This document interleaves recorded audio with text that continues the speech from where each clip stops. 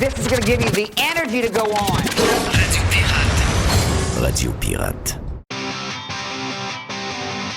OK, c'est parti. Voilà pour Radio Pirate Live.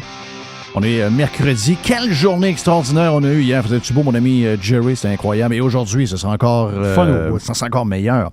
C'est la même chose qu'hier, mais avec quelques degrés de plus. Pas trop venteux, pas trop humide, full soleil. Donc, profitez-en.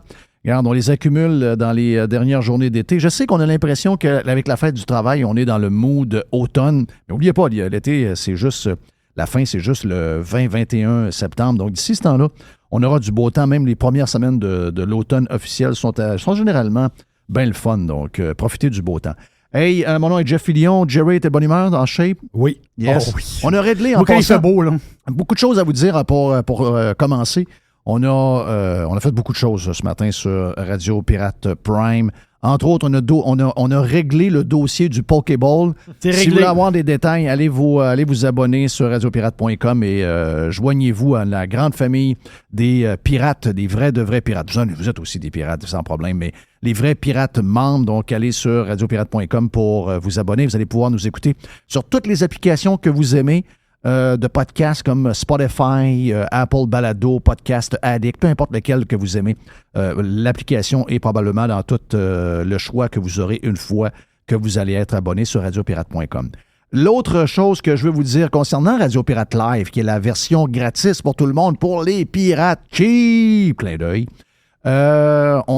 Écoute, cette semaine, je pense qu'on a fait des grands pas pour rendre encore plus disponible ce qu'on vous offre gratuitement. Vous savez qu'on est déjà disponible sur TuneIn Radio, l'application de radio la plus utilisée dans le monde. On est également disponible à partir de midi en streaming live sur radiopirate.com.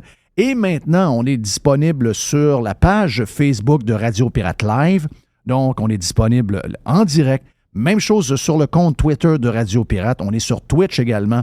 On est sur un paquet de places. Donc, vraiment, on est tout partout. Et qu'est-ce que j'oublie? Ah oui, le podcast est maintenant aussi disponible en plus de toutes les applications que vous connaissez. Nous, on met beaucoup d'emphase sur Spotify.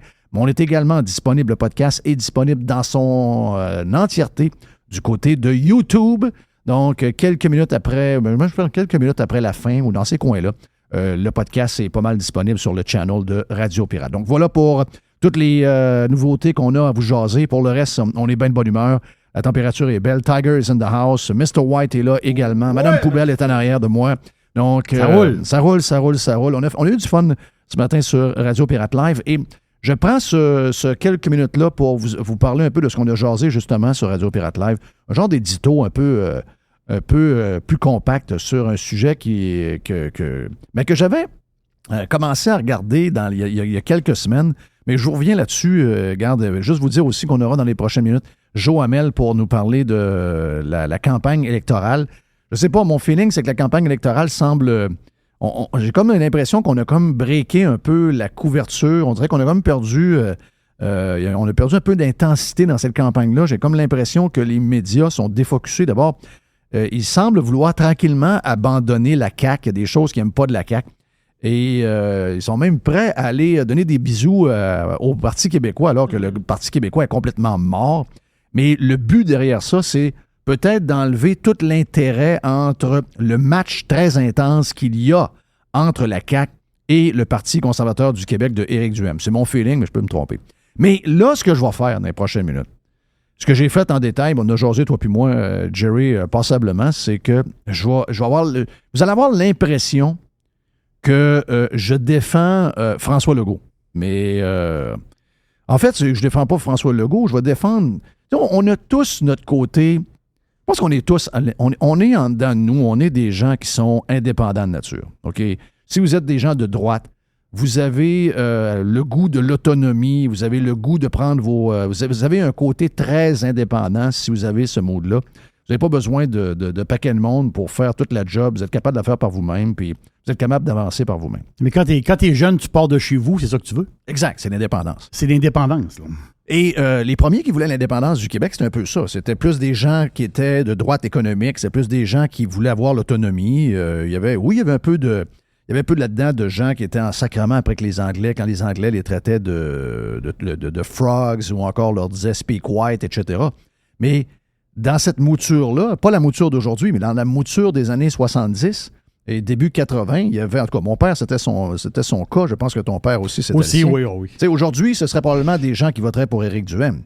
Parce que c'est plus des idées, des idées qui les rejoignent. Mais dans le temps, c'était ça. C'était l'autonomie, c'était l'indépendance. Une des indépendances qu'on a, si on rêve à ça, et on est chanceux, là. Tu sais, je veux dire, on peut être en sacrement par le fait qu'on s'est donné, avec beaucoup de taxes et beaucoup d'impôts et tout ce que tu veux, avec beaucoup d'argent, on s'est donné une grosse machine qui est maintenant hyper dodue, incompétente, plus capable de bouger. Et à chaque fois qu'on regarde quelque chose, on est un peu découragé, on se dit, si, boire, tout est en ruine, tout est scrap, tout est à refaire. Et ça, c'est un peu déprimant. Puis là, après ça, on se dit, OK, il y a ça qui va mal, qu'est-ce qui va bien? C'est dur de trouver qu'est-ce qui va bien. Parce que même quand on regarde Hydro-Québec, on se dit, bon, Hydro-Québec, les tarifs sont rendus trop élevés probablement, on devrait payer encore moins cher parce que c'est à nous autres. La machine de Hydro-Québec en tant que telle est comme celle du gouvernement, elle est trop grosse, trop de monde, des camions qui se promènent, sur un poteau, 3 camions, 3 gars qui regardent. C'est des gros salaires. Donc, c'est une machine qui coûte très, très cher. Mais oubliez ça. OK? Oubliez ça quand on regarde ce qui se passe en Europe avec les Russes qui sont en train de couper le gaz à l'Europe et l'hiver qui s'en vient, etc. On est obligé de dire que même si on veut mieux, on a la chance d'être en Amérique et on a la chance d'être au Québec à ce niveau-là. Donc, il faut regarder ça positivement. Il y a des affaires, tu sais, c'est pas tout rose, mais quand c'est beau, c'est beau. Donc, on est chanceux et on a la chance d'être, puis là, je parle pas du pétrole, je parle de pouvoir manger, de pouvoir se chauffer. Puis nous autres, on a encore plus besoin que l'Allemagne. On a encore plus besoin que bien des pays d'Europe parce que nous autres, ici, quand c'est l'hiver, il fait froid pour vrai. Donc, on n'a pas ce stress-là qui s'en vient. On n'a pas... il y en aura, là. Il y aura probablement des augmentations du coût d'hydroélectricité dans les prochaines années qui est reliée à l'inflation qu'on a là parce que les gens qui gagnent 150 000 à Hydro-Québec vont vouloir gagner 200 000. Là. Donc, il va y avoir un manque à gagner quelque part. Faites-vous-en pas, vous allez passer au cash. Mais tu sais, de manquer d'électricité pour manger ou pour se chauffer, comme les Européens, comme les Allemands, même la France, un paquet d'endroits vont vivre cet hiver, on n'a pas ça, nous autres. Et la raison pourquoi on n'a pas ça, ben d'abord, on est en Amérique du Nord. On a énormément d'énergie, on a énormément de matières premières, on est à côté sur la plus grande économie du monde, ce sont des gens très organisés, etc. Donc, on a toute cette chance-là. Mais par-dessus tout, même parmi ceux qui sont très, très chanceux, on a l'hydroélectricité. Et quand c'est un peu ce que j'ai regardé quand je regarde ce qui se passe en Europe, c'est que je me dis, OK, on a bien des affaires qui nous énervent, on a bien des affaires qu'on veut améliorer, mais my God, on est chanceux d'avoir ce que nous avons, on est vraiment chanceux. On a rivières. On a nos rivières. Les rivières sont là. On a été choyés par la nature. Puis il faut le dire, il y a des visionnaires qui ont vu ça. Puis l'autre fois, on cherchait un peu ce que René Lévesque avait fait. Bien, regarde, il fait partie de l'équation en ce moment-là dans toute je dirais, d'avoir pensé out of the box à faire un genre de nationaliser l'hydroélectricité. Là. Puis tu sais, pour des gens de droite comme nous autres, ça vient de notre bouche quand même bizarre. Mais ça a fonctionné. Ça a fonctionné dans une certaine mesure. Et la semaine passée, j'ai eu une autre réaction. C'est quand j'ai vu que la Californie avait confirmé, comme le Québec d'ailleurs, qu'en 2035, il n'y aurait plus de chars à gaz. Et même avant ça, même quelques années avant, je pense que c'est 2030 ou à peu près, il y a 65% des voitures vendues qui devront être des voitures électriques. Donc, tu sais, c'est pas overnight, ça va être une évolution. Donc, c'est commencé pour de vrai. Et en 2035, il n'y aura plus de vente de véhicules à gaz. Il y a beaucoup de gens qui sont très sceptiques. Il y a même des gens qui sont dans l'extraction du lithium en ce moment hier qui nous ont dit « Ouais, je pense que les dirigeants et les politiciens vont rêver en couleur un peu. Ça risque pas d'arriver parce que on manque déjà de lithium un peu. On graphine le lithium. On ne sera pas capable de trouver tout le lithium qu'on a besoin pour électrifier au complet le parc automobile. C'est rêver en couleur. À moins qu'il y ait des nouvelles batteries à base de autre chose que du lithium. Mais si on se fie au lithium, bien, il semblerait qu'on est dans le trouble et pas à peu près. OK? Mais ce qui nous a fait capoter sur la Californie, c'est le lundi, on annonce qu'en 2035, on ne vend plus de voitures. Et le jeudi après-midi, le même gouvernement annonce aux gens qui ont des voitures électriques qu'ils n'ont pas le droit de les charger en raison de la demande intense de climatisation à cause de la température chaude qu'ils ont, puis qu'ils ont encore cette semaine, by the way. Donc, là, tu te dis, attends un peu, wow. Ça marche pas, là. Et là, ça, c'est inquiétant, là. Ça, c'est inquiétant. Ça veut dire... et là, tu te dis, OK, comment est-ce qu'on... Parce que là, la demande est forte. Moi, je pense pas qu'on va avoir un jour un parc automobile 100% électrique. Je pense que c'est rêvé en couleur. Mais c'est définitif. Moi-même, je me suis commandé une voiture électrique pour l'été prochain, donc je vais l'avoir au mois de juillet. Donc, pour moi, c'est des raisons de chèque. Là. Je vais avoir le chèque du gouvernement parce que le gouvernement ne m'a jamais envoyé rien. Donc, je me suis dit, gars, pour une fois, le gouvernement va me donner quelque chose. Donc, j'ai participé à un programme pour me donner de l'argent. Ça va être mon premier chèque que je reçois de l'État depuis quasiment que je suis au monde. Mais je suis capable de reconnaître qu'il y aura une bonne diversité. Tu sais, il y aura un peu d'hydrogène, il va y avoir certainement pas mal plus d'électricité qu'il y en a là, il va y avoir de l'hybride, etc. Est-ce qu'il y aura encore toujours des chars à 100% à gaz? Oui. Est-ce que le gaz sera mélangé avec du gaz synthétique que la F1 va utiliser à partir de 2026 et que la F2 va utiliser à partir de 2023? Probablement que oui. Mais c'est sûr que peu importe le scénario, on a une forte demande d'électricité qui s'en vient. D'abord, plus de monde au Québec. Plus de monde, même si on est la province qui va avoir l'augmentation la plus lente de monde, on s'en va vers 10 millions de population. Ensuite, de plus en plus, on a besoin d'électricité. Tu sais, nos téléphones sont branchés, nos ci, nos ça. Les voitures qu'on prend de plus en plus. Donc, on a besoin de courant. C'est clair qu'on va avoir besoin de plus de courant. Et je me disais ça la semaine passée, je me disais, j'espère qu'on est prêt, j'espère qu'on est en train de prévoir le futur. J'espère qu'on est en train de déjà planifier des nouveaux projets comme la Romaine. Exactement. Qu'on a faite, qu'on est en train de finir d'ailleurs. Il y a 4 phases de la Romaine. Il y a une phase qui n'est pas terminée et les 3 autres sont en opération. Exact. Donc, on a l'expertise là-dedans. On a les rivières. On a le béton. Et avec ça, on est 400% indépendant. OK? Et là, hier, François Legault annonce ça. Bon, François Legault, il s'est échappé. Il dit, on va manquer de courant. Tu sais, moi, je trouve ça drôle parce que probablement qu'il le sait depuis un bout. Mais on ne voulait pas le dire parce que, tu sais, à un moment donné, tu négocies à donner de l'électricité pas trop chère aux Américains. Une fois que tu fais le deal, tu annonces aux gens que là, on va manquer de courant. Mais oui, mais là, tu aurais dû me le dire avant. Mais c'est un fait qu'on aura besoin de continuer à faire ce qu'on a. On aura besoin encore plus de courant. D'abord pour nous autres et probablement pour d'autres qui auront des défis énergétiques comme un de ces 4. Donc, on a besoin d'en avoir plus. Hier, François Legault a annoncé ça. François Legault. Et ça l'a... En fait, lui, il pensait qu'il annonçait... Il pensait qu'il allait changer le mood de sa campagne.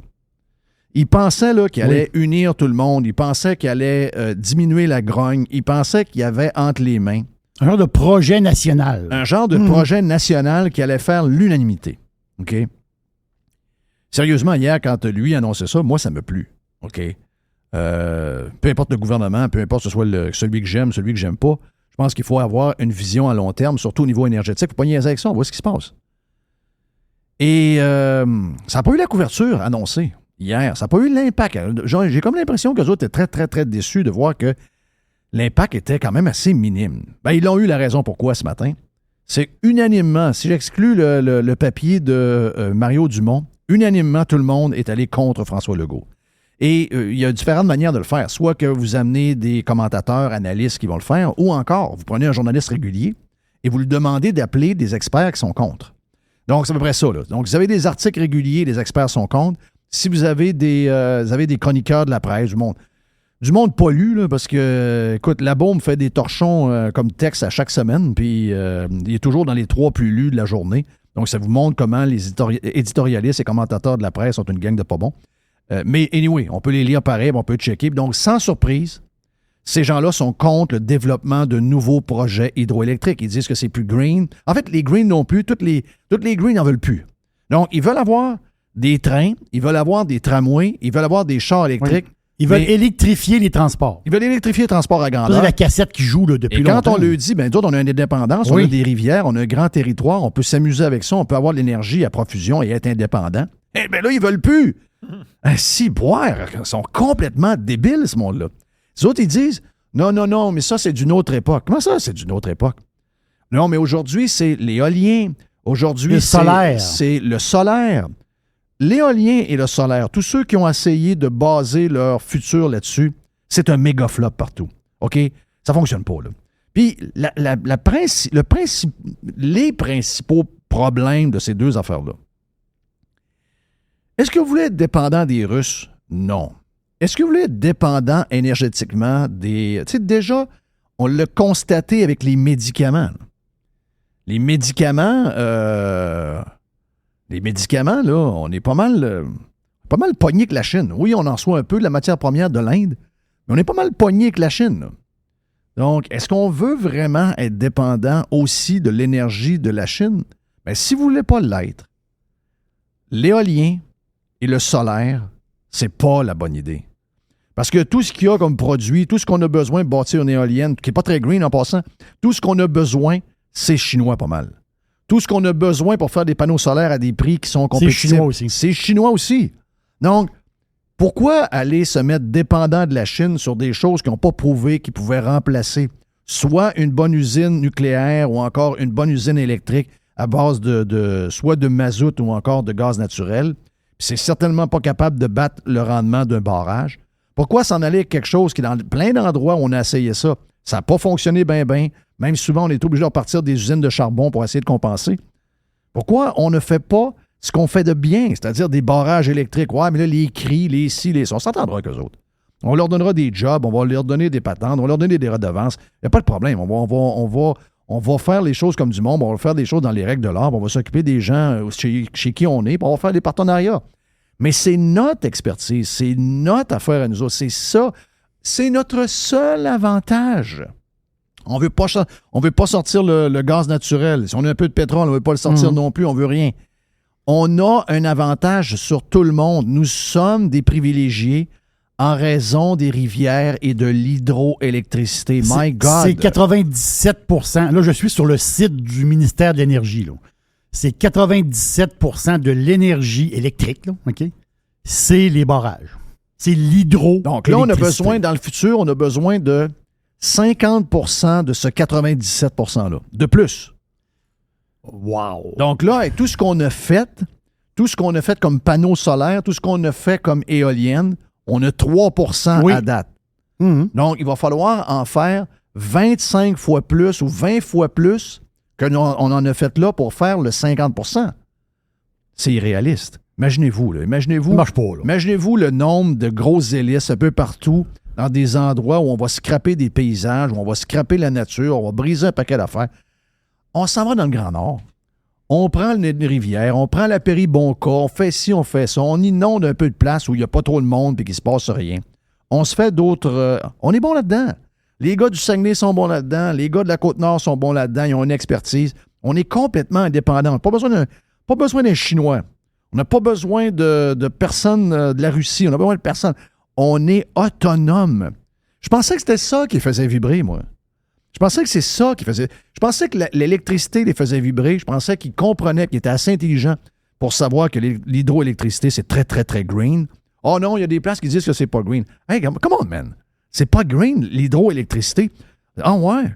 Après ça fait des leçons sur qui croit la science et pas la science. Regarde, si tu penses que l'hydroélectricité n'est pas green, t'es un cave. Et mais ça nous montre que finalement, le but qu'ils veulent... Et c'est ça l'histoire. Le but qu'ils veulent, c'est... Ils veulent rien. Ils veulent... L'histoire du char électrique, c'est faux. Même l'histoire de transport en commun, c'est faux. Ce qu'ils veulent, c'est la fin du mode de vie dans lequel on est. C'est ça qu'ils veulent. Bien, on va voir que les journalistes se distancent de ces maniaques-là. Oui. Vous avez peur des édentés, vous avez peur des complotistes.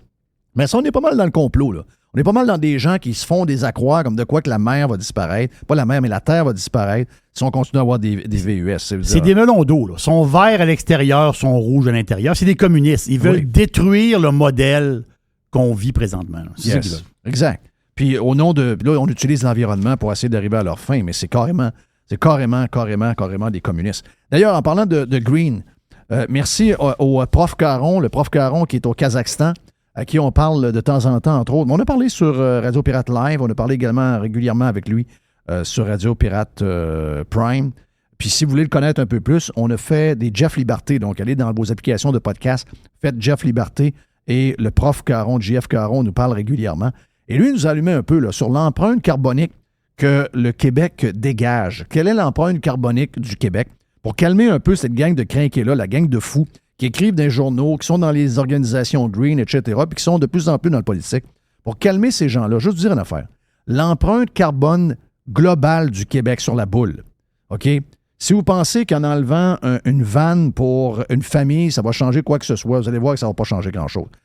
L'empreinte carbonique globale du Québec, on a toute une petite place, il n'y a pas de monde, il ne se passe rien. C'est 0,00000273 %. Là, il y a trop de zéros en arrière de la Il y a 5 zéros. Oui. Après le point, il y a 5 zéros. Donc, il y a 5 zéros avant d'arriver avec un autre chiffre qui est 273. Donc, imaginez-vous comment on est petit, ce qui est peut-être une bonne nouvelle, mais imaginez-vous comment cette game-là, c'est pas un autre. Désolé, c'est... Ouais, oui, on peut espérer avoir de l'eau de qualité, on peut espérer avoir de l'air plus pur, on peut espérer à demander un peu plus à nos usines pour qu'elles soient plus vertes, etc. Mais commencer à écœurer tout le monde comme le fait, entre autres, les journalistes et Québec solidaire et toutes les Greens, à un moment donné, enough is enough. Donc voilà, c'était mon... J'aime ça de temps en temps, faire un petit édito. C'est loin de la poubelle, c'est pas une poubelle. La poubelle à Jeff est un peu plus tard. Mais de temps en temps, tiens. Moi, j'aime les statistiques. Il y a 793 grands barrages au Canada. Il y en a 226 au Québec. Donc, il y en a plus que le quart des barrages canadiens sont au Québec. Puis, regarde. On devrait être fiers de ça. On devrait voir ça comme une... c'est notre business pas mal. Ben oui, c'est notre business pas mal. Puis, les verts, ben sacrément. C'est les verts, là. Je veux dire, j'espère que vous êtes en train de vous rendre compte que les cinglés au Québec, c'est pas les anti-vax. Les cinglés au Québec, c'est pas les gens qui sont des gens de conspirationnistes puis qui trouvent que le logo ambitionné, c'est la COVID. Les vrais de vrais cinglés. Puis là-dedans, ça inclut beaucoup de journalistes. C'est les maniacs green. Les maniacs green, il va falloir les mettre à leur place à un moment donné parce qu'on risque de prendre des mauvaises décisions. Puis des décisions qu'on va regretter, sur lesquelles on ne pourra pas se virer de bord en l'espace de 2 semaines puis corriger l'erreur. Donc, il faut le régler tout de suite. Et ces gens-là, il faut les mettre à leur place. Mon nom est Jeff Fillion. Ben voilà, c'est parti pour Radio Pirate Live de ce mercredi. On vient dans un instant.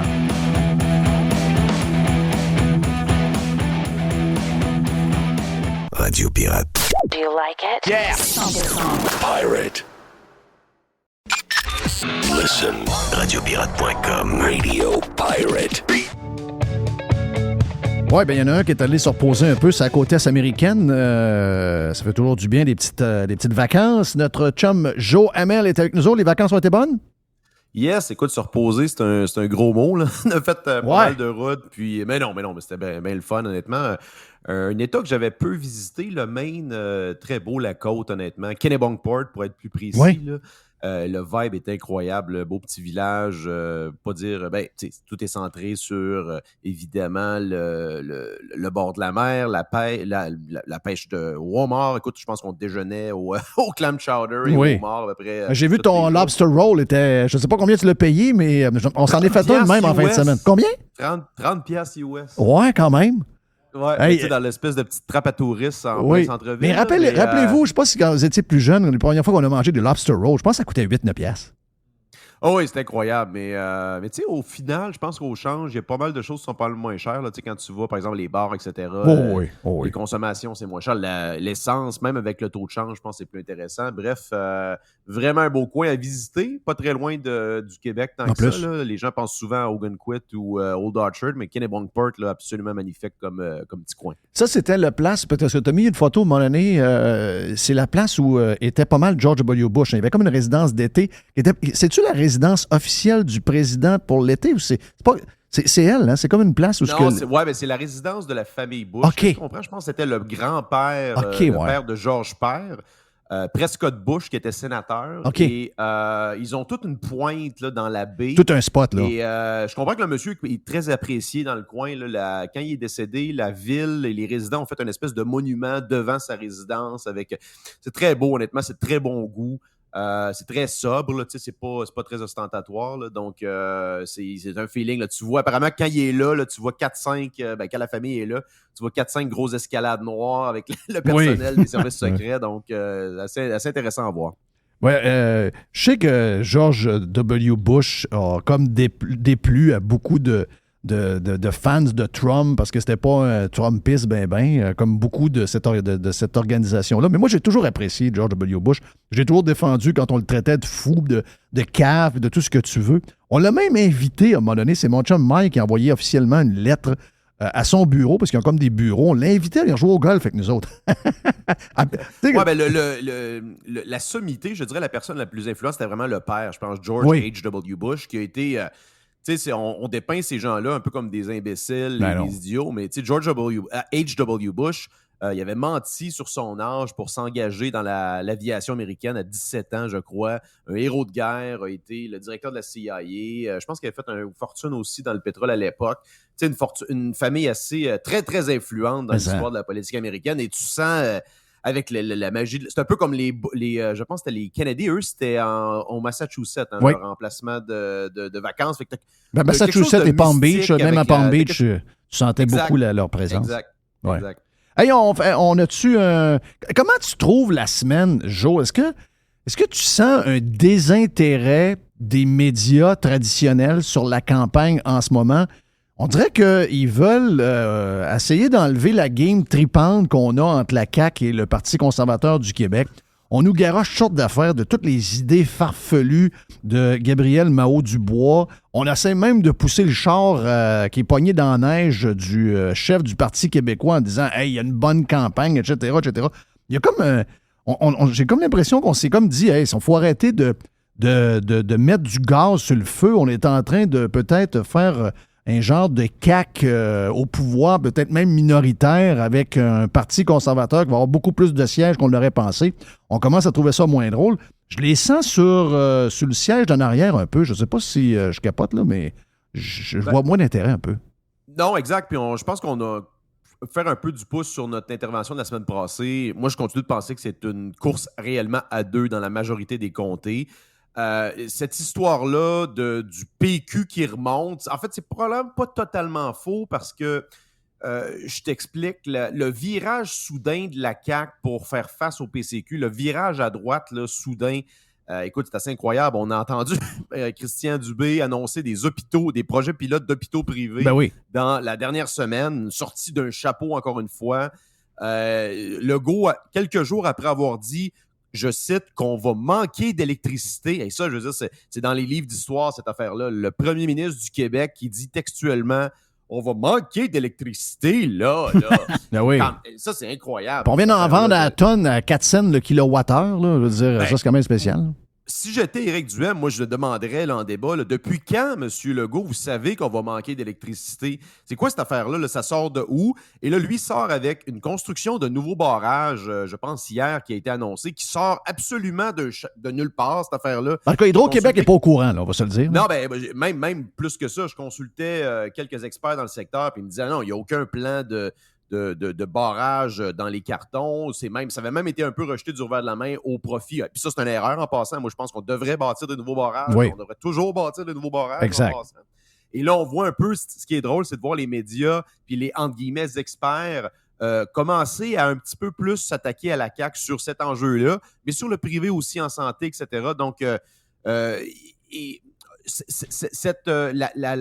les péquistes qui étaient bien logés à la CAQ commence peut-être à regarder pour retourner au PQ, et ça ne peut que bénéficier au PCQ. Donc, c'est peut-être pas totalement faux, la remontée du PQ, mais je pense pas que c'est matériel au point où à leur redonner des sièges. Là. Mais moi, je pense qu'il y a un côté...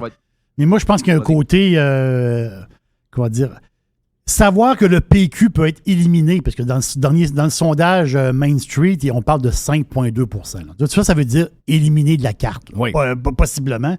Et savoir aussi que le PQ a 7,8 % chez les 65 ans et plus. C'est un pur désastre pour eux autres. Là. Donc, autrement dit, ils savent qu'ils sont éliminés de la carte.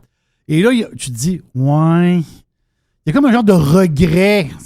OK, on s'en va vers la CAQ, on s'en va avec la CAQ, mais comme un regret de perdre quelque chose. Le PQ, c'est pour ça que moi, je pense qu'il y a un genre de petit pompage là, pour dire mais le chef, en fin de compte, il n'est pas pire. C'est une histoire purement québécoise encore. Oui, c'est ça. Exactement. Carrément. Alors que quand tu regardes le reste, Radio-Canada et la presse, c'est beaucoup plus Québec solidaire. Honnêtement, la couverture la plus honnête depuis le début de la campagne, c'est le Devoir. Je suis surpris de la couverture du Devoir. Couvre généralement très bien les points de presse d'Éric avec des bons... c'est assez objectif. Honnêtement, je suis surpris. Moi, je ne suis pas surpris, moi, parce que j'ai trouvé que dans la dernière année de la COVID, c'était les meilleurs. Ouais, exact. Puis c'est un journal, moi, que je serais peut-être tenté de m'abonner s'il serait un petit peu plus objectif, avec peut-être un petit peu plus de chroniqueurs, mettons, plus économique d'un point de vue peut-être plus centriste, mais c'est beaucoup plus. C'est encore très woke, il faut le dire. Là. Mais quand même, bravo pour la couverture. Sinon, comme je disais, écoute, je ne sais pas si tu as regardé ce que j'appelle la première confrontation avec les médias, là, l'espèce d'émission Radio-Canada, 5 chefs, une campagne. J'ai vu les vidéos qui circulaient. Là, écoute, moi, j'ai écouté juste Legault et Éric. Legault, écoute, je pense en mode très défensif. Je pense qu'il essaie de me préserver les acquis. Écoute, une citation incroyable. Il a dit... par rapport à la question, je pense que c'était Patrice Roy qui dit, est-ce que vous avez été un peu trop arrogant dans le sens que vous allez avoir 100 sièges, supposément, pas d'opposition? Et François Legault a dit, la pandémie m'a rendu très humble. Ça, c'était drôle, là. Ça, là. Je me suis littéralement étouffé. Non. C'est incroyable, cette affaire-là. Écoute, il a bombé le torse comme ça se peut pas. Le gars ne porte plus à terre depuis ce temps-là. Come on. Il était à TV tous les jours. Ben oui. Non, exactement. Puis la CAQ, comme beaucoup de gouvernements progressistes dans le monde, ont sauté à pieds joints, ont mis les deux mains dans le plat de bonbons pour profiter de cette crise-là. Donc, c'est incroyable. L'intervention d'Éric, encore une fois, écoute, la partisanerie des médias est incroyable. Écoute, les questions par rapport au transport...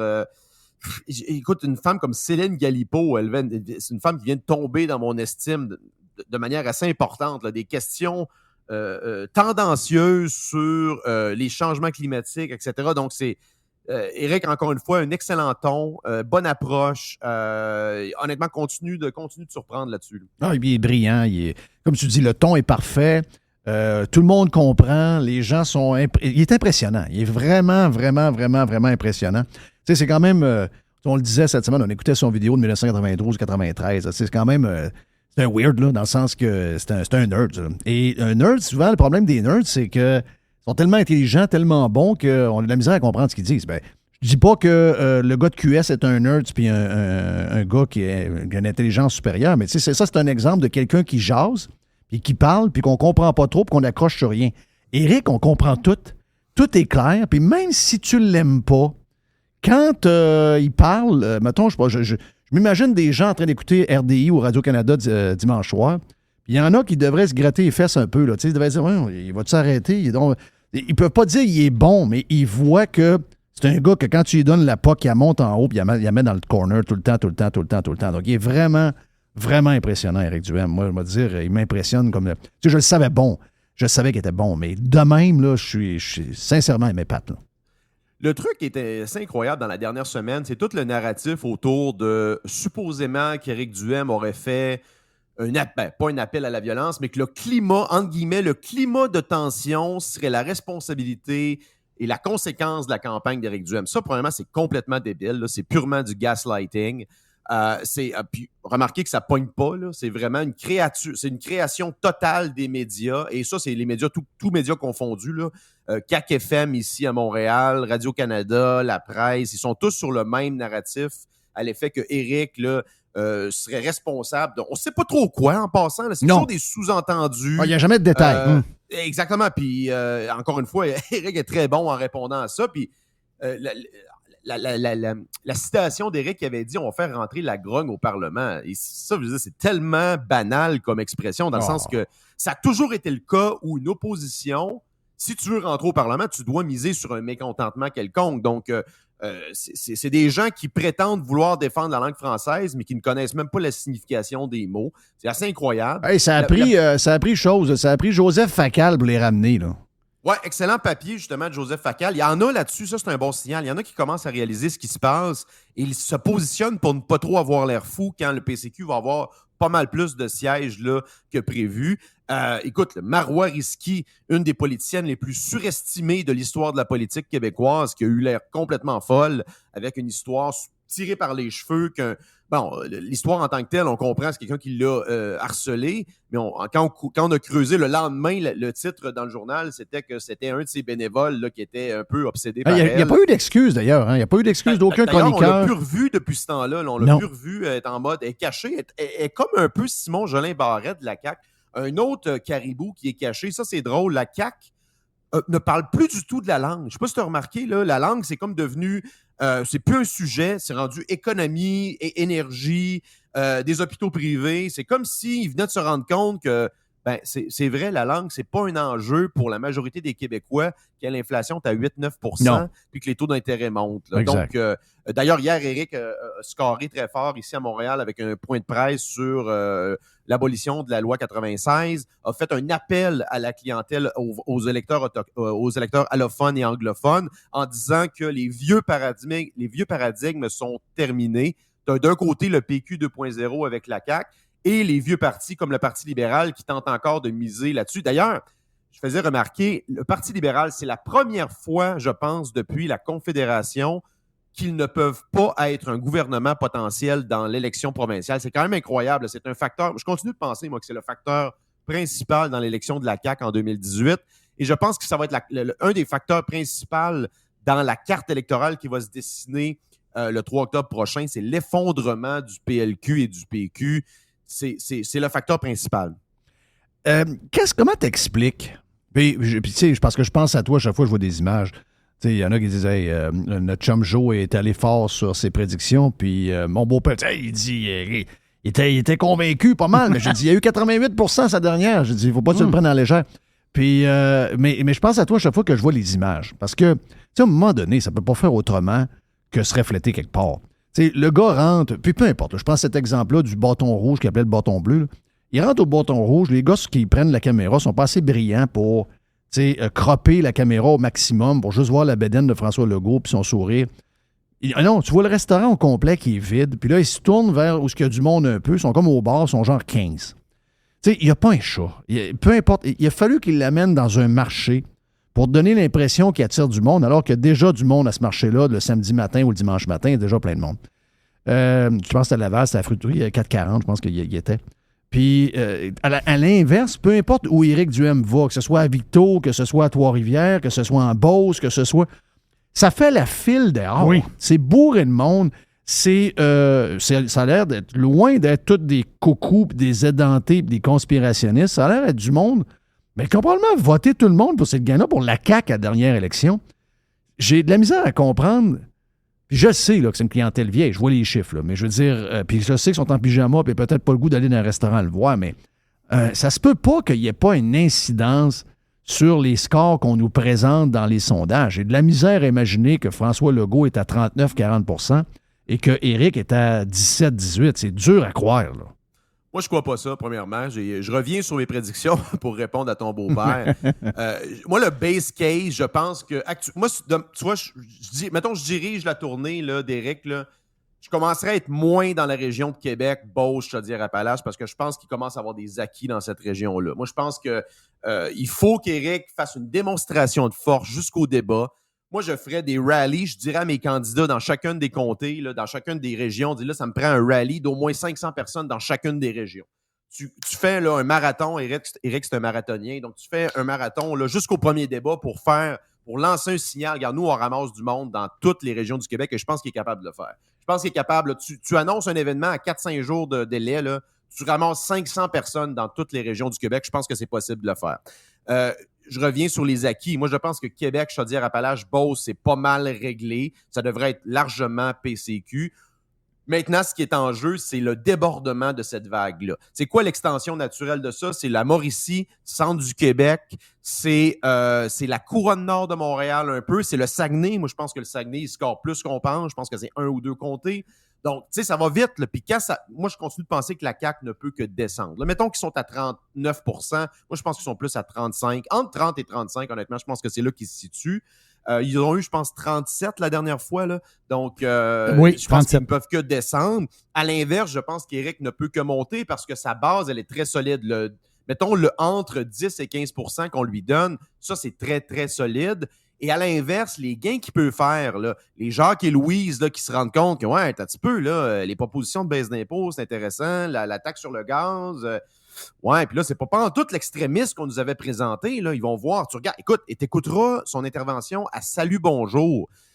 Écoute, il y a des commentaires là-dessus, c'est incroyable, le gars garde son calme alors que l'autre espèce d'hystérique, de présentateur de nouvelles le présente un peu comme un néo-nazi, ça n'a aucun rapport. Donc, je pense qu'il y a quelque chose qui peut se produire avec les 60 ans et plus. C'est la prochaine clientèle pour Eric. Et après ça, tout est possible. Puis le game changer, le joker potentiel, c'est est-ce que tu ramasses des comtés dans l'ouest de Montréal? L'Outaouais aussi, là, ça, c'est des comtés que le Parti libéral avait. Là, il y a 8 personnes. Ils font des soupers, puis il y a 8 personnes. Donc, ça ne doit pas aller bien, bien, bien. Il y a 6 personnes, c'est ça. Le Parti libéral et le Parti québécois, ce n'est plus un facteur dans le reste du Québec. Donc, Éric, là, je ferais un show à la grandeur du Québec. Je commencerai à délaisser un petit peu Québec, je veux dire Appalaches-Beauce, parce qu'il y a une base qui est pas mal plus solide. Mais je ferai une dernière affaire. En fin de semaine, j'ai proposé un grand rassemblement, comme on le voit aux États-Unis, au centre Vidéotron. Moi, je suis certain qu'on met 20 000 personnes dans la place. Avec, moi, je donnerais même une tribune, faire un discours. Je ferais faire des discours à plein de monde, puis à la fin... Peut-être une petite visite de Trump, vite, en jet privé, 15 minutes. Puis après ça, un long discours de Eric pour finir, avec un band en arrière, ça serait le fun en tabarnache. Ben écoute, tu donnes, mettons, une dizaine de jours, là, mettons une semaine de délai, là, moi je pense qu'il est capable de remplir le centre. Ah oui, je sais que oui. Avec tout le... Tu sais, parce que Québec, le pourtour naturel, c'est ajoute le Saguenay, Beauce, Chaudière-Appalaches, le centre du Québec. Exact. Tu ramasses Victo, toutes plein de monde de Victo vont descendre. Là, ils ramassent 1000 personnes autour tout le temps. Fait que, tu sais, à un moment donné, là, ça serait facile à faire. Puis si Legault réserve le centre Vidéotron puis il donne des hot dogs, il y a combien de personnes? Ça dépend. Moi, écoute, de manière conservatrice, je pense que Legault n'est pas capable de ramasser 200 personnes actuellement dans aucune région du Québec. C'est très conservateur. Même avec des hot dogs, parce qu'ils ont l'habitude d'en donner, eux autres. Mais la poutine qu'on aime. C'est la poutine. Ouais. Un vaccin hot dog comme Christian Dubé. Hey, je te fais un clin d'œil, un coup de maître, je pense, de la campagne d'Éric. Une entrevue avec Jordan Peterson. Hey, Jordan Peterson, c'est 5 millions d'abonnés sur son channel YouTube. Je pense que ça va aider aussi pour la base potentiellement conservatrice non seulement dans le monde anglo-montréalais, mais dans le reste du Québec aussi, parce qu'il y a quand même un auditoire intéressant, là, Jordan Peterson. Et ça va faire tilter littéralement les médias et la gauche haineuse québécoise. Et ça, j'ai mon popcorn prêt à écouter. Parce que là, ça a été tourné. Ça va être diffusé quand, ça? C'est déjà tourné. Je pense que c'est une question de jour. Là, ça a été tourné. C'était tourné, j'ai vu des images, c'est ça. Exact. Puis apparemment qu'il y a eu un petit jeu de coulisses là, de hashtag l'extrême droite là, pour organiser ça. Donc, j'ai hâte de voir ça. Thank you, man. T'es en feu, les vacances ont fait du bien. Merci les jours. On s'en parle la semaine prochaine. Hey, on revient dans quelques instants. Vous êtes sur Radio Pirate Live. C'est la boîte à Jerry après.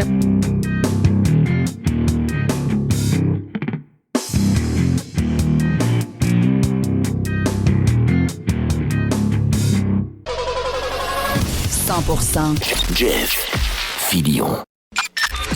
Listen, radiopirate.com, Radio Pirate. OK, Jerry, on est prêt pour la boîte, mon ami? Oh que oui. Qu'est-ce qu'on a dans la boîte? Les taux d'intérêt? Qu'est-ce qui arrive avec les taux d'intérêt? La Banque du Canada, c'est à 10 heures, mais tantôt à 10 heures, ils ont dit que, on va monter ça là, de 3/4 de point, le taux directeur. Je ne sais pas qu'est-ce que ça va faire sur les taux directs là, pour les hypothèques. Puis tout ça, là, je suis pas, dur à suivre, je suis pas un spécialiste là-dedans du tout. Steph Bruyère va tenir au courant de ça demain. Steph Bruyère il n'est pas venu, Steph Bruyère, hier. Non, il ne pouvait pas cette semaine. OK. Donc, la semaine prochaine, on va parler avec lui. Oui, pour voir qu'est-ce que ça donne réellement sur le marché hypothécaire. Mais ça va être... ça peut commencer à être stressant un petit peu. Mais eux autres, ils disent qu'il y en a d'autres à venir. Donc, ils veulent vraiment provoquer une récession. Parce que c'est eux autres qui vont provoquer, ils ne veulent pas. Tu sais, à force de restreindre. Mais donc, eux autres, ils calculent qu'ils ont tellement fait de... Ils ne veulent pas le dire, mais ils ont tellement fait de dommages à imprimer autant d'argent.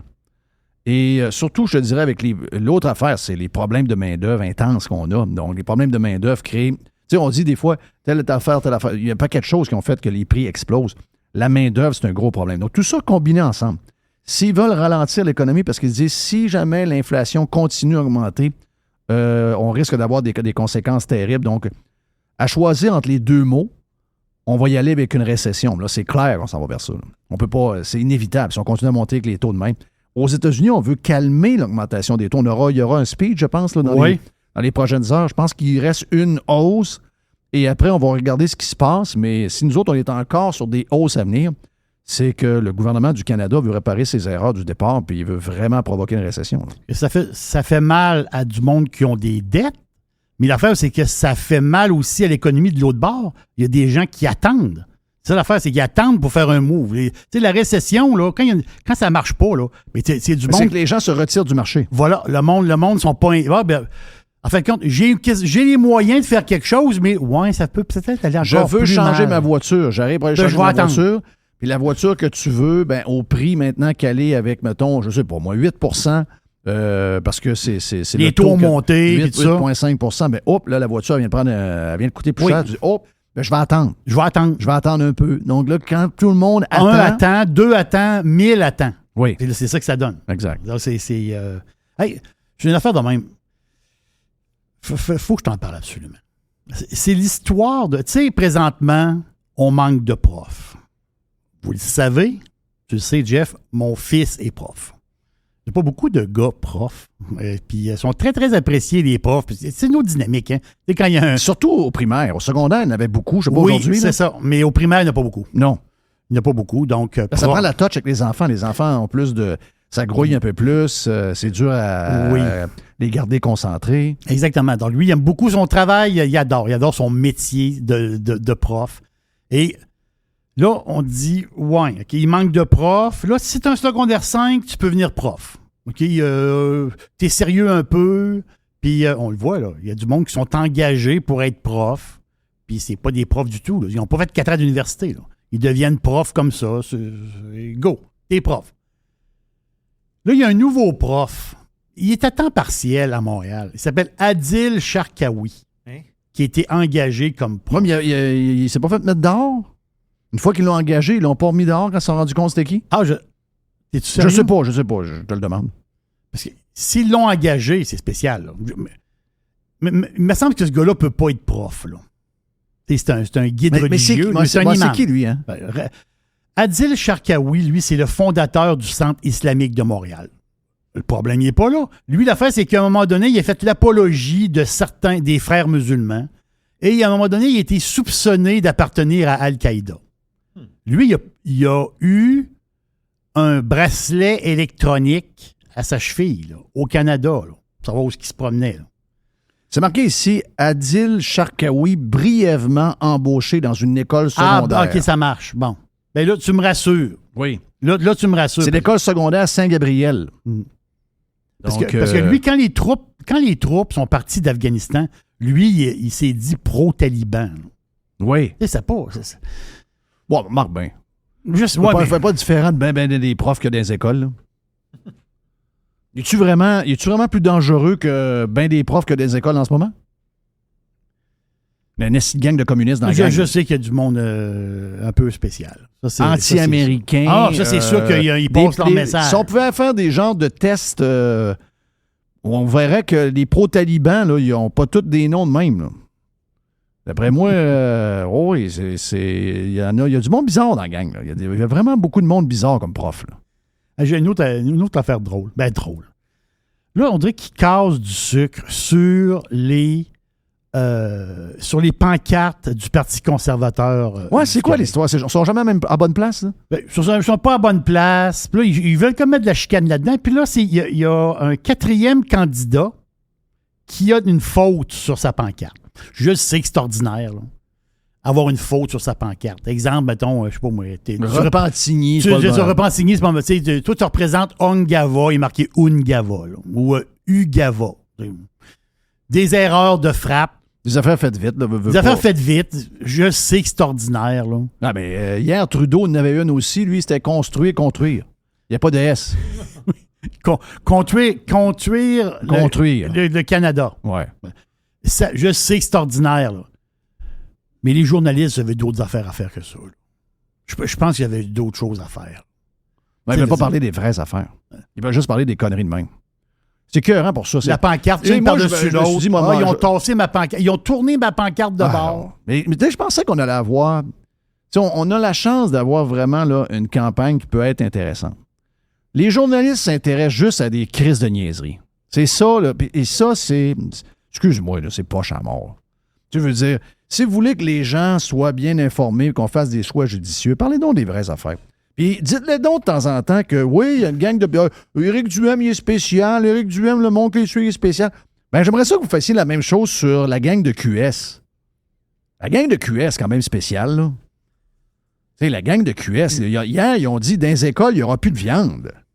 Le gars mange une poutine par jour. Oui. Il se met en photo sur les réseaux sociaux. Il fait cuire du poulet sur les... Hier soir, son poulet est trop sec, by the way. Oui. On va lui donner un cours de comment faire cuire une poitrine de poulet sur le charcoal. Donc, là, il est sur le charcoal. Énergie. Et il se montre, le bourgeois communiste se montre en train de préparer le souper familial. Des poitrines de Puis poulet. il met la poitrine de poulet sur la table. Puis il vient dire 2 heures avant, dans les écoles, il n'y aura plus de viande. Ça va être végétarien. Ah non, mais regarde, là. École et les hôpitaux. QS, là, c'est peu juste des clowns, là. Tu sais, regardez leur programme jusqu'à maintenant, là. Surtout quand ils parlent d'économie, ils parlent de millionnaires, ils parlent de maisons, ils parlent de ci, ils parlent de ça. Excusez-moi, là. Ils sont même pas fous. C'est des clowns. C'est carrément des clowns. Je veux dire, c'est zéro crédible. Là, les journalistes sont là, oui, mais le plan Green est crédible, il y a des experts. Mais des experts. C'est la gang de sauter de l'UQAM, là. La gang de sauter de l'UQAM, l'université bizarre où il y a des profs couchent avec les... Oh, il n'y a pas juste là. Les profs couchent avec des élèves. Mais c'est très spécial de voir que QS est épargné de même par les médias, là. Les médias les adorent. Mais, tu peux... Écoute bien, un peu, Jerry. Je vais te dire une affaire, OK? Moi, là, qui ai un parti très à gauche, j'aime ça. OK? Je veux pas voir la disparition. Le problème du Québec, c'est que ton parti au pouvoir qui est le plus à droite, c'est un centre-gauche. Ensuite, t'as gauche, t'as gauche, puis t'as gauche. OK? Mais sais-tu quoi? Un bon parti de gauche, ça peut être bon pour tout le monde.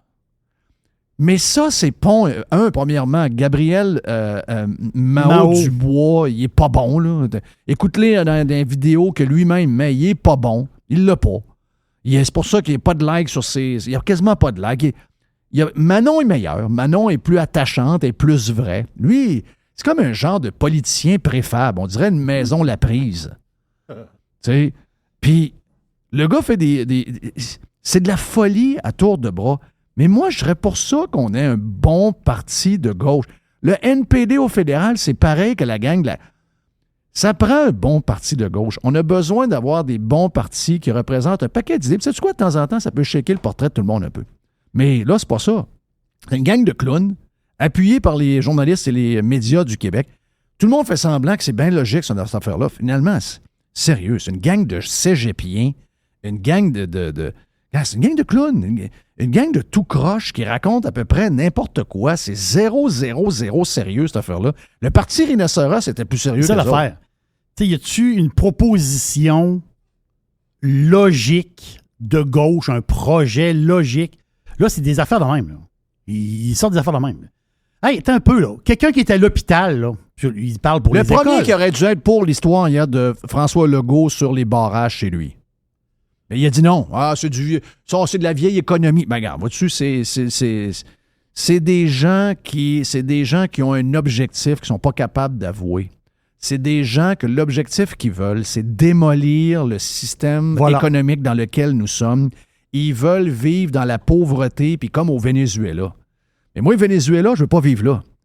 Bien, si les journalistes ne sont pas capables de se rendre compte de ça, on va vous le dire, on va le répéter à tous les jours, je vais le faire. Mais l'attaque sur les minivans puis les SUV. Hey, c'est des attaques aux familles à tour de bras. Tu as 2 enfants, toi, tu payes la taxe. Tu as 3 enfants, tu ne payes pas la taxe. Voyons, tu vis. La fille en Abitibi qui a son F-150 qui est là, elle va être correcte, elle est en région éloignée. Mais si tu es à Québec, tu vis à Pont-Rouge, tu ne l'es pas. Tu sais, c'est quoi cette affaire-là? La taxe sur les fortunes. OK, taxe sur les fortunes. Les fortunes de quoi, là? C'est taxe sur mon salaire. Non, c'est tes avoirs. Ah ouais, mes avoirs. Mais la maison... 1 million et plus. 1 million et plus, d'avoir, t'es riche. Ben, quelqu'un qui a bâti une maison en 1975, puis qui l'a payé 25 000, parce que c'est une grosse maison, 25 000 en 75. Aujourd'hui, elle vaut 600 000.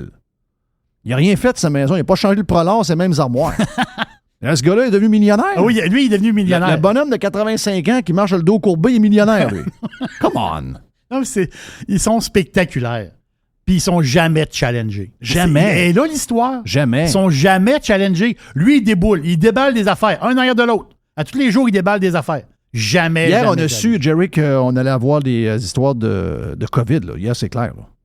Si on n'a pas nos doses, hier, Trudeau l'a dit. Trudeau l'a dit, c'est clair. Dubé l'a dit à Arcan. Oh, Ensuite, François Legault qui l'avait dit dimanche soir. Là, c'est clair.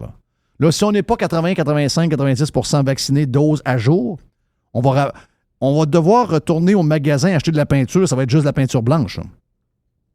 Ton histoire de peinture, tu m'as shaké. Ben oui, mais c'est quelqu'un qui m'a rappelé ça hier. Il m'a Oui. dit, te rappelles-tu que la peinture, c'était juste de la peinture blanche? Hein? Alors, on était fou raide. Là. Fou raide. C'est là qu'on s'en va, là. Mais je sais. Je sais. C'est là Quoi qu'on d'autre s'en dans la va. boîte, Jerry? Oui, c'est l'événement Apple aujourd'hui. Donc, ils vont nous sortir toutes sortes d'affaires. C'est extraordinaire. C'est Une Apple. pomme par jour. Une pomme par jour pour les actionnaires d'Apple comme toi. Et ça t'empêche d'aller voir le médecin. Exactement ça. Donc, le nouveau iPhone 14, ils vont nous annoncer Il y a des gars qui on va disent voir que les c'est d'autre détails, chose là. qu'une pomme. Là. Ah oui? Oui. OK. Il y a des gars qui disent que c'est une pipe par jour. OK. Ça Oui. t'éloigne du médecin. Ça. Écoute, j'ai pas vérifié ça, mais il y a des gens qui disent que si tu as ça, t'es pas obligé tu seras pas obligé d'aller chez le médecin. Donc, c'est peut-être la solution pour désengorger la liste d'attente. Mais l'affaire importante, c'est le nouveau iOS 16. J'ai Donc, mis le 15.6, moi, là. Oui, c'est ça. Mais le nouveau, là, ça, ils vont expliquer ça. Là. Donc, iPhone 8 et plus récent, ça va. Si vous avez un iPhone 7, ça va être goodbye. Donc, on va voir les détails de ça, puis on va fouiller là-dedans. Là. Il me paraît qu'il y a beaucoup de choses, de fonctionnalités intéressantes qui vont... Des petites affaires, des fois, qui gossent, là, puis qui vont arranger. J'ai hâte de voir les détails de ça. Il faut que je te parle... Tu sais, Ferrari est entré... Moi, c'est Ferrari. Les affaires de luxe, le luxe, c'est éternel. Le luxe est éternel. Tu sais, Cléopâtre, elle aimait beaucoup le luxe. Là. Oui. Le luxe est éternel. Le luxe est toujours là, présent. Donc, le luxe, Ferrari, c'est du luxe. Donc, Ferrari est rentré en bourse. Il y a juste moi qui n'ai pas de même. Moi, je serais millionnaire plusieurs fois, puis ça me dit rien. J'ai aucun attrait envers ça. Est-ce que tu penses que ça vient automatique avec le cash? Ouais. Parce qu'il y a rien, c'est que moi, c'est le bling-bling que j'aime pas. Ouais. Tu sais, le luxe d'avoir, le luxe de je sais pas moi, le luxe d'aller jouer un beau terrain de golf, prendre l'avion, aller voir un beau terrain de golf. Manger un bon steak plus cher Voilà. qu'un steak normal, ça, j'aime ça. Mais c'est l'espèce de Avoir une bling-bling. belle chambre d'hôtel un peu plus belle, là, j'aime ça. Mais Oui, tu sais, c'est je veux ça. dire, avoir des lunettes que si qui sont quasiment pareils, il y en a à 150 qui font l'affaire, puis il y en a un autre à 2150, il y a juste un genre de logo dessus. Ça, j'ai de la misère, moi. J'aurais pas, mais je dans vois ma pas la différence. maison, j'aurais pas dans ma maison des poutres avec des têtes de lion après en or. Non. Parce qu'on c'est pas ça, j'aime pas ça. Là. Je trouve ça un peu. Je suis correct pour ceux qui aiment ça. Mais ça veut dire, moi, le luxe, c'est pas ça. Mais une Ferrari, je suis pas tellement un gars de char, mais c'est sûr que Ferrari, là, ça fait rêver. Mais Ferrari, là, si vous avez été actionnaire, quand ils sont rentrés en bourse, C'est une belle Ferrari, ride. il y a 7 ans exactement. Ferrari, c'est solide comme le rock. Depuis 7 ans, si tu mettais 1000 $, ça vaut 3500 $. Même un Wow. peu plus que ça. Quasiment 4000 $. L'investissement dans un genre de x4 en 7 ans, très, très intéressant. Ferrari fait des profits. Ils font plus de chars un peu. Et ils font des beaux profits. Le dernier résultat était Ils extraordinaire. sont pas mauvais en F1. Ils ont un des meilleurs chars du lot. Mais si bol que dans la stratégie, ils se font battre par tout le monde. Je vais dire quelque chose de pas fin, là, mais ils ont besoin d'engager un British pour prendre le contrôle du côté stratégique. Tu sais, les British sont plus pragmatiques, Ouais. sont plus... ou un Allemand, peut-être. Des Les fois, autres sont IMO ou quoi? Sont trop Ouais, IMO? les Italiens sont IMO. Ils sont c'est trop ça. IMO. Et là, on parle de luxe. Est-ce que Porsche, c'est du luxe? Pour moi, oui. Et la compagnie Porsche, qui appartient à Volkswagen, ils vont entrer sur le marché boursier. Donc, je le vois. Je fais un parallèle, qui est peut-être un peu douteux, mais je fais un parallèle. Quand Ferrari rentrait en bourse, le monde disait « Ouais, Ferrari, est-ce que vraiment c'est une compagnie? » C'est-à-dire, oui, l'automobile en tant que tel, c'est un joyau, mais je veux dire, est-ce que cette compagnie peut faire de l'argent puis que ça soit très payant? Oui, ils le font.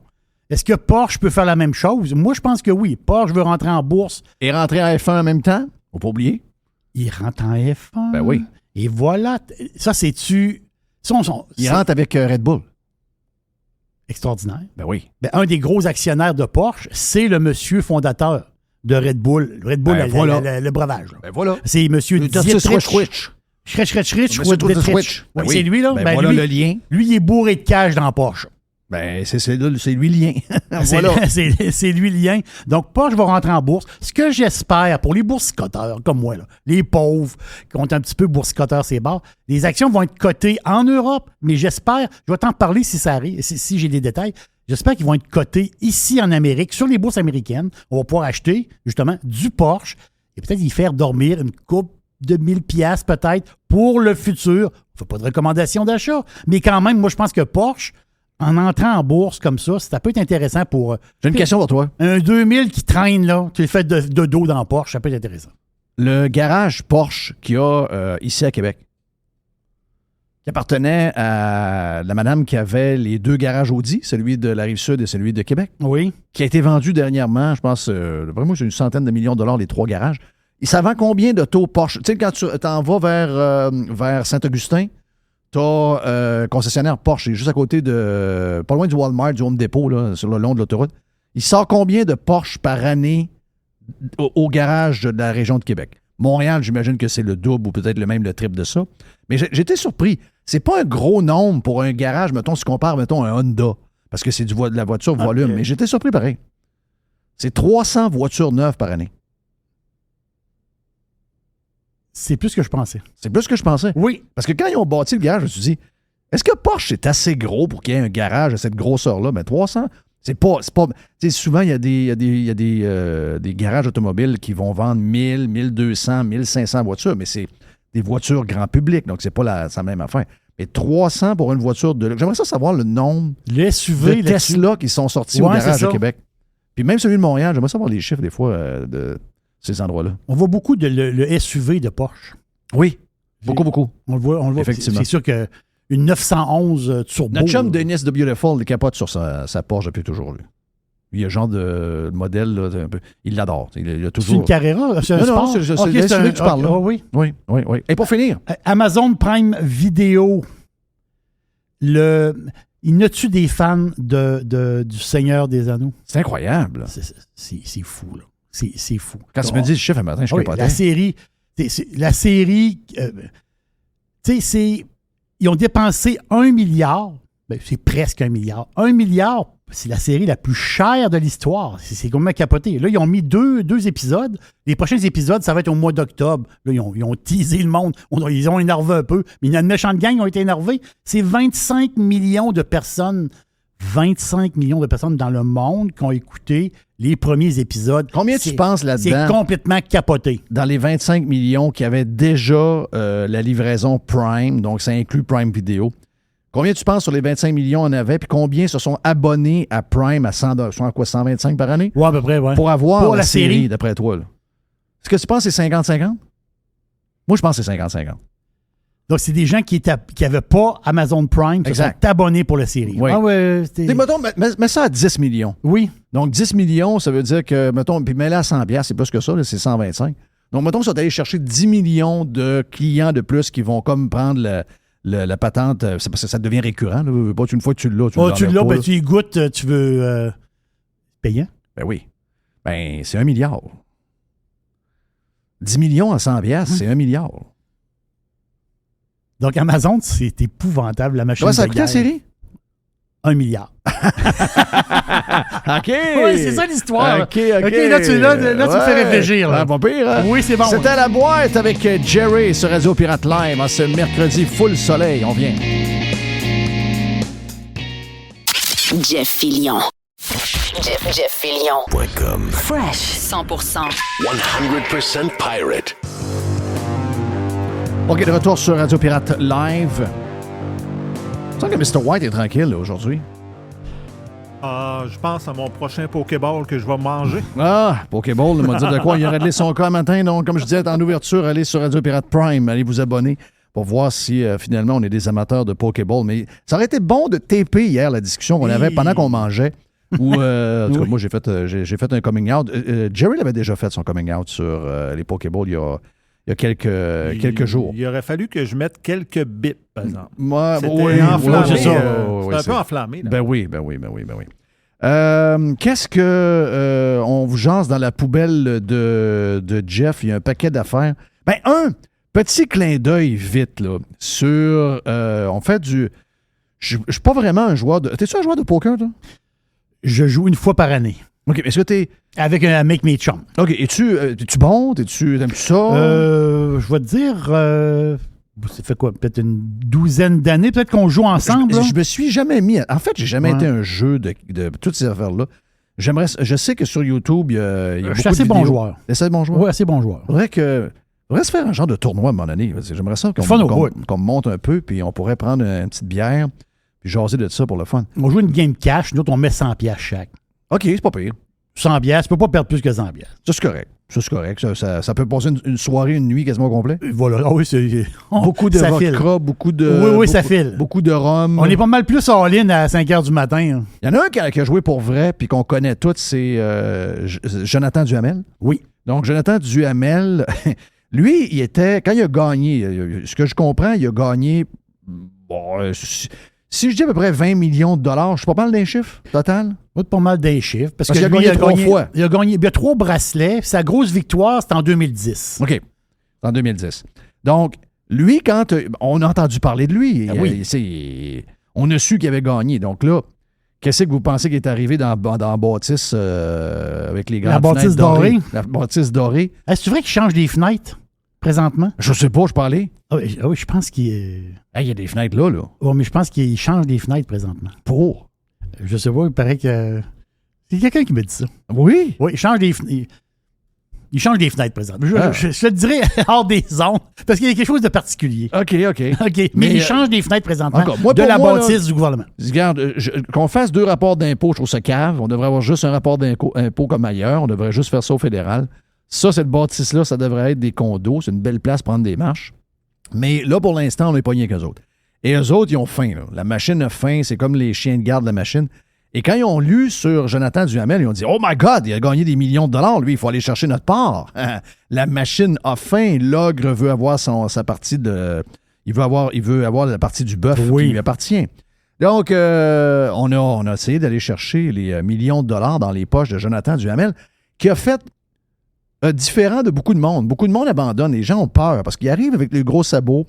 Vous savez que la fameuse phrase s'applique beaucoup aux autres. Ça veut dire que, contrairement à la justice, t'es non pas non coupable jusqu'à preuve du contraire. C'est l'inverse. T'es coupable jusqu'à preuve du contraire. Donc, quand il arrive et dit tu me dois des millions, c'est à toi à prouver que c'est pas vrai. J'ai les chiffres de Duhamel. Oui. 2010, il a gagné 8 900 000. OK. Ça, c'est 2010. 2015, il a gagné 3 900 000. OK. Puis en 2015 aussi, en Europe, il a ramassé 554 000 €. OK, donc ça a été ses grosses années. Les grosses années. OK, parfait. Donc, on l'a allé chercher des millions. Ils l'ont emmené en cours. Et lui, il s'est débattu. Bravo à lui, by the way. Là. Parce que, comme je vous disais, c'est assez intimidant d'aller se battre contre la grosse machine. Eux autres, ils ont leurs propres avocats. Ils sont équipés, puis ils veulent, regarde, ils sont agressifs.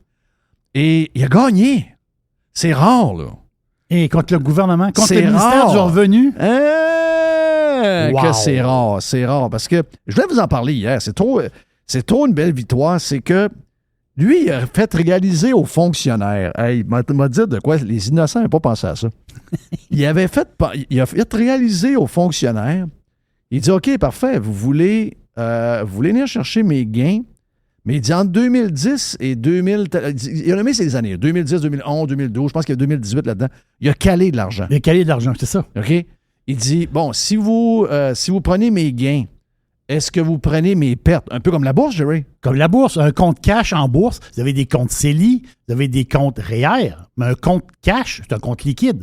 Si tu fais des profits boursiers, c'est imposable, mais si tu fais des pertes boursières, t'as un crédit, je peux dire. Exact. Donc là, eux autres, les avocats de Jonathan Hamel ont dit Duhamel, ils ont dit la même chose. Ils ont dit, est-ce que je peux passer mes pertes? Et là, ils ont réalisé que finalement, s'ils allaient chercher quelques millions là, peut-être que ça allait coûter des dizaines et des dizaines, peut-être des centaines de millions de gens qui seraient venus cogner. Parce que mon feeling, c'est qu'au poker, pour que ça marche encore après toutes ces années-là, il y a plus de perdants que de gagnants. Ben, c'est sûr. Donc, les perdants arrivent un à queue leu. Ah ouais, donc, viens chercher le cote parce qu'ils se disent, ben regarde, j'ai pas soustrait mes pertes de mes revenus de telle à telle année. Donc, maintenant, vous me devez un 5 000, un 10 000, un 20 000. Ça arrive un après l'autre. My God! Donc, Jonathan Duhamel qui gagne, C'est très rare. D'abord, d'avoir les chenolles de se battre contre le gouvernement, il faut être fait fort. Puis, ils ont réveillé les fonctionnaires. Ils ont réveillé les fonctionnaires. C'est l'avocat de Duhamel qui a réveillé les fonctionnaires. Puis ils ont dit « Ouais ». Donc, ils ont sorti le drapeau blanc et ils ont carrément reculé. Donc, ils n'ont même pas eu à gagner, en fait. C'est que le gouvernement, c'est juste... Ils n'ont pas fait de communiqué. Ils n'ont pas annoncé ça à personne. Il y a comme eu une fuite pour que finalement, on sache que Duhamel avait gagné contre le ministère du Revenu. Petite affaire dans la poubelle à Jeff. Juste, on passe ça bien long parce qu'on a étiré ça un peu aujourd'hui, mais un petit clin d'œil sur l'histoire. On n'a pas parlé de l'histoire de la Saskatchewan. Avez-vous remarqué qu'on n'entend pas parler beaucoup de l'histoire de la Saskatchewan? Avez-vous remarqué que... Très peu.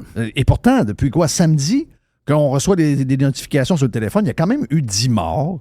Il y a quand même eu, je pense, une affaire comme 15 ou 18 blessés en plus des décès. C'est épouvantable. Donc, ces gens-là étaient agressifs. Ils ont poignardé beaucoup de monde.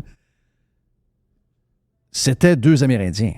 OK? Donc, patate chaude pour les médias. On ne sait pas trop comment. Mais imaginez-vous, ces 2 personnes-là n'étaient pas des personnes amérindiennes.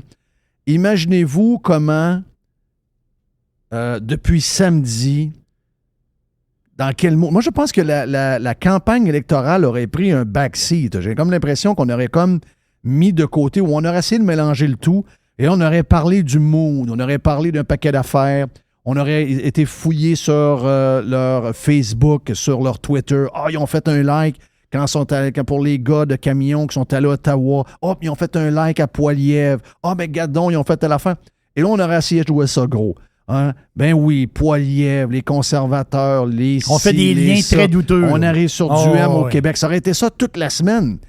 Et là, aucun commentaire de aucun éditorialiste, de aucun... Habituellement, ils ont toujours de quoi dire sur des affaires de même. À chaque fois qu'il arrive des périodes de rage de même, une violence inouïe, ils ont toujours de quoi pour aller à côté de l'histoire, alors que bien souvent, entre vous et moi, ça a 0 rapport, là. Mais ils le font pareil, ils sont de mauvaise foi, ils le font. Là, ils n'ont pas un mot sur la game. Mais imaginez-vous une minute. Les 2 débiles, au lieu d'être 2 Amérindiens, c'est 2 Blancs qui ne sont pas Amérindiens. Ils agressent 10 personnes amérindiennes. Imaginez-vous. Hey, imagine-toi le discours de Justin Trudeau en train de broyer, toi. Puis qu'on est une société raciste, puis tout est là, puis c'est provoqué par... le mood dans lequel on est, les réseaux sociaux, puis... on n'a rien de ça. Il n'y a absolument rien. Hey, avant de finir, juste un petit... C'est Mr. White qui m'a envoyé ça dans le channel là, qu'on a pour la préparation du show. Et moi, j'aime les histoires de musique. Je suis très, très country de ce temps-là, mais j'écoute des affaires le fun, des albums intéressants, puis de temps en temps, on écoute un peu de classic rock. Et Guns N' Roses...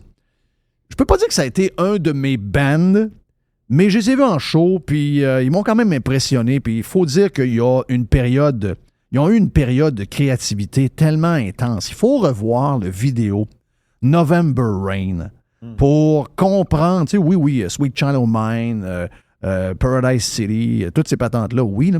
Mais si vous avez, tu sais, quand vous voyez, parce que faut pas oublier, tu sais, c'est, comment ça s'appelle, voyons, Lady Gaga qui a dit cette semaine, j'étais dans ma tournée, puis j'étais avisé que j'étais techniquement en faillite. Ça arrive régulièrement.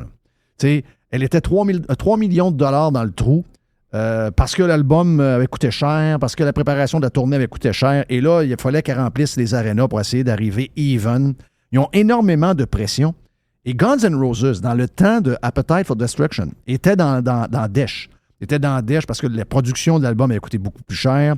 On prépare des vidéos qui coûtaient extrêmement cher. Les vidéos coûtaient des prix de fou. C'était non rentable, cette affaire-là. C'était un racket pour les artistes, mais qui en avaient quand même besoin. Mais je sais pas pourquoi on lui faisait faire des films. Hey, November Rain, c'est un film. Regardez la qualité de ce film-là. T'as la blonde Axl Rose là-dedans, là, qui est c'est Seymour, là, la genre de top modèle numéro 1 de Victoria's Secret à l'époque. Tu sais, que tu regardes ça, la qualité de production de ce vidéo-là, tu te dis, my God, combien ça a coûté? C'est sûr que ça a coûté une couple de millions de dollars. Comment tu fais pour rentabiliser ça? C'est quasiment impossible. Donc, si vous lisez, entre autres, quand ils ont fait, quand Def Leppard venait de faire Pyromania, ils venaient d'accoter l'album de Michael Jackson, et quand ils se sont mis à produire avec Mutt Lange, qui était leur ami, c'est le même que le 6e membre du band, ils ont tellement produit longtemps, ils ont tellement travaillé, même ils ont étiré d'une semaine ou deux pour faire Pour Some Sugar on Me à la fin, qu'il était des millions de dollars dans le trou. Donc, c'est ce que ça coûtait en temps. Les compagnies de disques étaient vraiment des charlatans incroyables. Et s'il n'y avait pas un méga hit avec l'album Hysteria, c'était faillite. Donc, et ça, c'est le lot de beaucoup d'artistes. Et Guns N' Roses était là. Et le gérant raconte ça, puis il dit, moi, regarde, je dormais plus à nuit. Il dit, les vidéos coûtaient trop cher, la préparation de la tournée. Il dit, et là, il parle de tous les gars. Finalement, le seul membre qu'on connaît pas vraiment, qui est plus avec Guns N' Roses depuis un bout, il dit, le seul qui était bon là-dedans, puis qui a permis à Guns N' Roses d'avoir la carrière qu'on a connue, c'est lui. Parce qu'il dit, oui, c'est les riffs de guitare, c'était lui, mais c'est surtout lui qui écrivait les tunes. Axl n'était pas là pantoute, il était sa brosse, il s'occupait de rien. Slash n'est pas capable d'écrire une toune. Duff se pense qu'un génie, alors que c'était un trou de cul, puis c'était un gars qui était sa drogue et sa boisson. Il dit, le seul qui était capable d'écrire les tunes, il dit, toutes les tunes, c'est lui, c'est toutes ces tunes qu'il a bâties. Oui, les gars ont mis le nom dessus un peu, parce qu'ils ont rajouté une parole là, puis une affaire là, mais il dit, si lui n'était pas là, Guns N' Roses aurait fait faillite il y a longtemps, et jamais on les aurait connus vraiment. Pour vous dire comment, il n'y a pas... Quand j'ai lu Lady Gaga cette semaine, je me suis dit, ouais, je pense que les gens se font une idée à savoir que les artistes sont vraiment, vraiment, vraiment riches. C'est pas si évident que ça. Ben, on n'a jamais... Moi, j'ai jamais su, je ne sais pas si toi tu le sais, mais pourquoi il n'est pas revenu, lui, dans le giron? Je sais pas, mais une histoire est claire. C'est que lui, depuis qu'il est parti, puis je comprends que tous les groupes ont une fenêtre d'opportunité pour la création de hits. Ça dure jamais 20 ans, là. Mais tu sais, des fois, c'est un peu surprenant. Comme je disais au printemps, moi, j'ai écouté l'album pas mal de Def Leppard qu'ils ont fait il y a quelques mois. Puis même AC/DC, pour des vieux bands, tu dis, comment ça que les gars sont encore capables d'écrire des tunes de même? 15 tunes vraiment bonnes. Tu dis, c'est surprenant. Mais ça, c'est exceptionnel. Habituellement, la fenêtre, c'est 5 ans, 6 ans, 7 ans. Mais une chose est sûre, quand lui est parti, ils n'ont pas été capables de réécrire une seule tune qu'à l'allure. Non. C'est... Donc, puis le gars, c'est comme l'anti-star. C'est le gars qu'on connaît le moins dans le band. Hey, voilà pour aujourd'hui, Radio Pirate Live. Parlant de musique, une petite affaire avant de finir. Vas-y donc. C'est que Ozzy va être au show de la mi-temps jeudi soir. Oui, c'est parce qu'il lance son album là. Ouais. Il lance son album avec... Ça va de déménager en Angleterre, je pense. Oui, puis ça. Je suis pas sûr qu'il dit qu'il est au courant, mais je le regarde aller. C'est sa femme qui s'occupe de ça. Elle est un peu nerveuse d'ailleurs pour jeudi soir. Elle dit, je sais pas trop comment ça va se passer, là. Ouais. Mais en tout cas, l'album, chose est là. Zakk Wylde est de retour. C'est André Watts encore qui produit l'album. Chose des Red Hot Chili Peppers Autodrome aussi. Donc, ça risque d'être pas pire. Hey, on est parti pour Radio Pirate Live. On se reparle demain. Demain, on lance le week-end, Jerry. Yes! Avec l'Aubergiste. Mon nom est Jeff Fillion. On est un peu partout sur toutes les tribunes. Merci d'avoir été là. Radio Pirate. Do you like it? RadioPirate.com